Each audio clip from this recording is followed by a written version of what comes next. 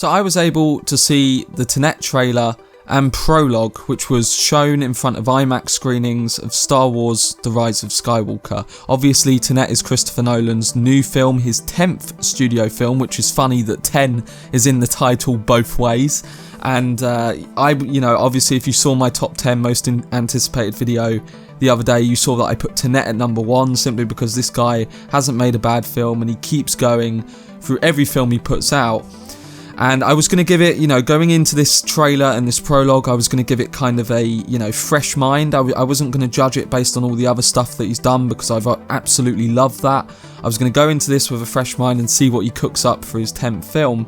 And based on this trailer and this prologue, this film looks to be another win for Nolan. I mean, the time travel elements just alone in this trailer and, the prologue are mind-bending. I mean, having seen the prologue, there's a shot in there where you see a bullet hole in the side of a chair, because they're in like a Russian opera house, an auditorium, and terrorists have took over, and you've got John David Washington and his kind of military lot storming, into this opera house trying to take control and stop the terrorists. And there's a shot with a bullet hole at the side of one of the chairs in the auditorium, and it's at a very tense point in the prologue where you think that essentially John David Washington and the people who stormed into the auditorium aren't going to kind of gain control.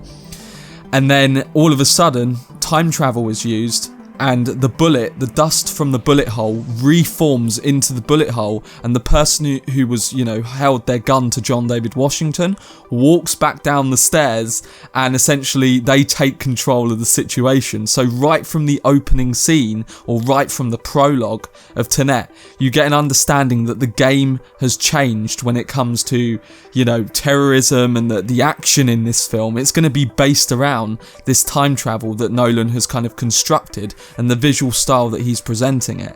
And I think the trailer, obviously you guys who didn't watch Star Wars The Rise of Skywalker and haven't seen this prologue yet, the trailer gives a very good understanding of where it's heading, especially with the motorway sequence where you see the car flip and then flip back into position on the motorway. I mean, that already looks like it's going to be a scene that's worthy of the Inception corridor sequence. I cannot wait to see that in IMAX especially, but the prologue really does get you into kind of the themes that, how he's going more of the Dark Knight Inception route of terrorism and action, how you kind of feel on edge while you're watching it.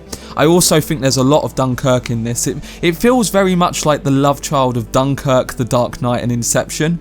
It feels like if you were to get the time travel and mind-bending elements of Inception, combine that with kind of the tension that The Dark Knight and Dunkirk had, and then also the horror that Dunkirk kind of presented, I feel like that's all going to be in this film based on what we've seen, and I cannot wait to see where they go with this. I cannot wait for the next trailer and leading up to, the release of this film. I think Nolan is proving time in and time out that he can really go through every single genre, put his stamp on it, and do it in a way that is unique. He could, every time you watch a Nolan film, you're watching a Nolan film, but then he adds something that's unique that you haven't seen in a Nolan film before. And I think the way he's using time and the cinematography to convey that in this film, based on the sequences with the motorway sequence, with the bullet hole in the TENET prologue, and other things during, obviously there's other shots of time manipulation in the trailer, such as the boats going backwards as John David Washington and Robert Pattinson are kind of escalating above